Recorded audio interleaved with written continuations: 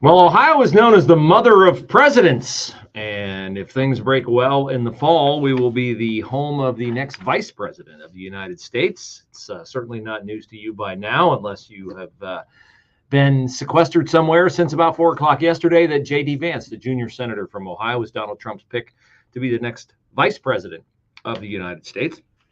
My reaction to the pick is, good for J.D. Vance. It has been a rocket ride for him to prominence. His story is one that I'm sure Democrats, well, I don't even have to venture a guess. I know Democrats will disparage because they're already disparaging it.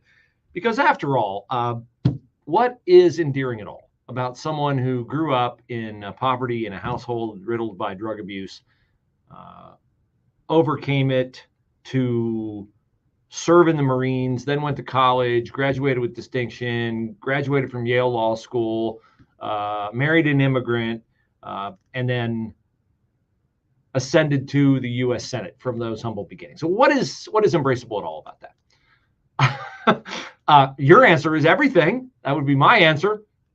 Democrats, of course, do not find it embraceable at all, and they will and are already disparaging J.D. Vance because he doesn't have enough experience. He has said terrible things about Donald Trump in the past, so that makes him a political opportunist. But J.D. Vance speaks a different language than Democrats speak, because J.D. Vance has in his vocabulary 3 words that do not exist in any Democrat's vocabulary. And those 3 words are, I was wrong. Those 3 words are, I was wrong. He's able to say that his opinions stated during Donald Trump's first run for president in 2016 were wrong. And why does J.D. Vance say that? Because he watched Donald Trump be president from 2016 to 2020. Now, if you're a Democrat, you say, well, that's because he needed Donald Trump's endorsement to get elected to the U.S. Senate. And that's the only reason why J.D. Vance has changed his tune on Donald Trump. In fact, that viewpoint is being put forth by a woman who I am not familiar with, thankfully. Her name is Elizabeth Walters. She is affiliated with the Ohio Democratic Party. She may, in fact, be the head of the Ohio Democratic Party. Let's give a listen to Elizabeth Walters' assessment of J.D. Vance and his political ascendancy from junior senator to second on the Republican ticket under the name of Donald Trump for election as the president and vice president of the United States in the fall of 2026. Here's Elizabeth Walters evaluating J.D. Vance. I think he is a ruthlessly ambitious politician who will say and do whatever he has to get ahead. It's what we saw all through 2022. A ruthless, ambitious politician who will say and do anything he needs to do to get ahead. Okay. Shall we compare Republican vice presidential nominee to Democratic vice presidential nominee? Kamala Harris, a ruthless, ambitious politician who will say or do anything to get ahead. Is that an accurate description of Kamala? Well, let's see. She got her start. Her rocket ride took off in politics when she decided to sleep her way to the top with San Francisco Mayor Willie Brown, who was already married and who only dumped Kamala because Willie Brown was married to a woman that he was convinced was a witch and would put a spell on him if he continued his long-standing affair with Kamala Harris. I think that could be a box checked under the do anything. What about say anything to get elected?